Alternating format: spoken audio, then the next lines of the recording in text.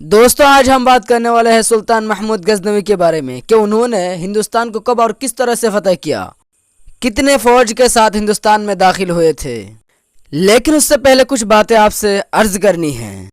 यूँ तो पहली सदी हिजरी में ही मुसलमान लश्करों ने हिंदुस्तान में आना शुरू कर दिया था, यानी कि हज़रत उमर रज़ी अल्लाह ताला अन्हु के ज़माने में ही बहरैन के गवर्नर हज़रत उस्मान बिन अबिल आस रज़ी अल्लाह ताला अन्हु ने अपने भाई हकम को हिंदुस्तान भेज चुका था।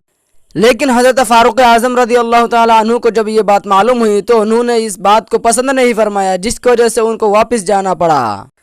फिर हज़रत उस्मान गनी रज़ी अल्लाह ताला अन्हु ने अपने ज़माने में खुद कुछ लोगों को हिंदुस्तान के हालात मालूम करने के लिए भेजा था, लेकिन हमला व जिहाद की नौबत नहीं आई।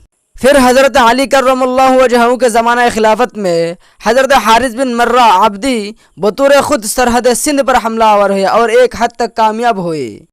फिर हज़रत मुआविया रज़ी अल्लाह अन्हु के ज़माने में 44 हिजरी में मुहल्लब इब्न अबी सफ़रा रहमतुल्लाहि अलैहि को हिंदुस्तान भेज चुका था और उन्होंने काफ़ी हद तक कामयाब भी हुए, जिसकी वजह से मुहल्लब इब्न अबी सफ़रा को बहुत सी तारीख़ की हिस्टोरी की किताब में हिंदुस्तान का फातिह अव्वल लिखते हैं। और फिर 93 हिजरी में मोहम्मद बिन कासिम सकफ़ी ने सिंध से मुल्तान तक के इलाके को अपनी तलवार और अखलाक से काबू में कर लिया था और इस बर्र सग़ीर हिंद में जा बजा दायान इस्लाम के मरकज़ और खानकाहें छोटे छोटे जजीरों की तरह कायम हो चुकी थी। लेकिन हकीकतन हिंदुस्तान की फतह का सहरा सिकंदर इस्लाम सुल्तान महमूद गजनवी के सर है। मुस्तहकम और मुस्तकबिल इस्लामी सल्तनत के क़याम की सआदत शहाबुद्दीन मोहम्मद गौरी के हिस्से में थी। आखिर तौर पर उसकी रूहानी तस्खीर और जीत और अखलाकी व ईमानी फतह हज़रत ख्वाजा मुइनुद्दीन चिश्ती रहमतुल्लाहि अलैहि के लिए मुक़द्दर हो चुकी थी। सुल्तान महमूद गजनवी अपने वालिद सुबुक्तगीन की वफ़ात के बाद गजनी का हाकिम हुआ। सुल्तान महमूद बचपन ही से बहुत ही बहादुर था, अपने वालिद के साथ जंगों में शिरकत करता और दूसरे इलाके फतह करने की तमन्ना रखता था। लिहाजा महमूद ने अपने आप से वादा किया था कि वो सल्तनत की अहम काम से फारिग होकर हिंदुस्तान पर हमला करेगा और कुफ़ार से जिहाद करेगा। सुनाचे उस इरादे को अमल जामा पहनाने के लिए वो शव्वाल 391 हिजरी और 1000 ईस्वी में 10,000 फौजियों के साथ गजनी से पेशावर आया। राजा जयपाल भी एक ज़बरदस्त लश्कर के साथ महमूद के मुकाबला पर निकला।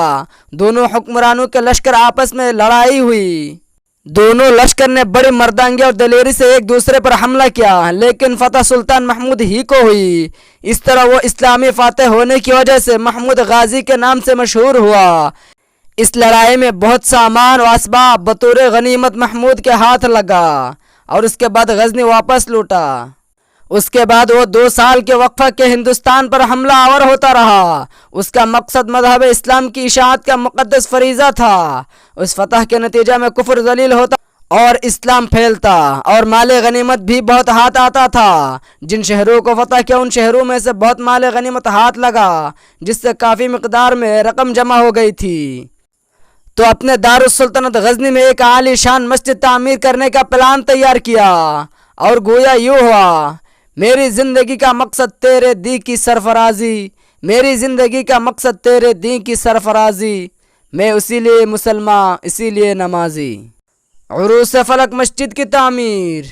सुल्तान महमूद गजनवी का सफ़र चूँकि बड़ा कामयाब रहा था और उससे मुतअद्दिद फतूहात हासिल हुई थी, इसलिए उसने हुक्म दिया कि इस नेमत खुदावंदी के शुक्रिया के तौर पर गजनी में एक जामे मस्जिद तामीर की जाए। इसकी इमारत को संग मरमर से बनाया जाए और दूसरे कीमती पत्थरों को तराश कर या तो गोल या तो 4 या 6 या तो 8 किनारा करके उस पर लगाया जाए, ताकि देखने वाले इमारत की खूबसूरती से मुतासर हो और इमारत बनवाने वाले की हिम्मत आली की दाद दे। जब यह मस्जिद तैयार हो गई तो सुल्तान महमूद ने उसको बड़े सलीके से आरास्ता किया, खूबसूरत कंदीलों से उसे बुक़ाए नूर बना दिया। रोशनी की कसरत और आराइश की खूबी की वजह से लोग इस मस्जिद को उरूस फलक कहने लगे।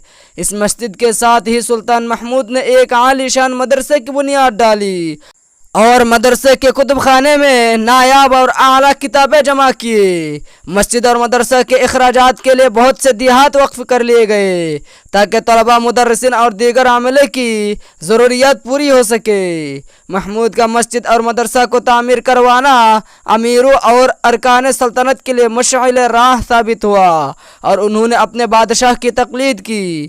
اس کا نتیجہ یہ ہوا کہ ایک مختصر سے عرصے میں غزنی میں بے شمار مسجدیں اور درسگاہیں، سرائے اور خانقاہیں تعمیر ہو گئے تھے۔ اگر ایک ہندوستانی ہونے کے ناطے آپ کو گرو محسوس ہوا ہو تو ویڈیو کو لائک اور شیئر ضرور کیجیے گا۔ چینل میں نئے ہو تو سبسکرائب، اور اگر فیس بک پیج میں ہو تو فالو کا بٹن ضرور دبائیے گا۔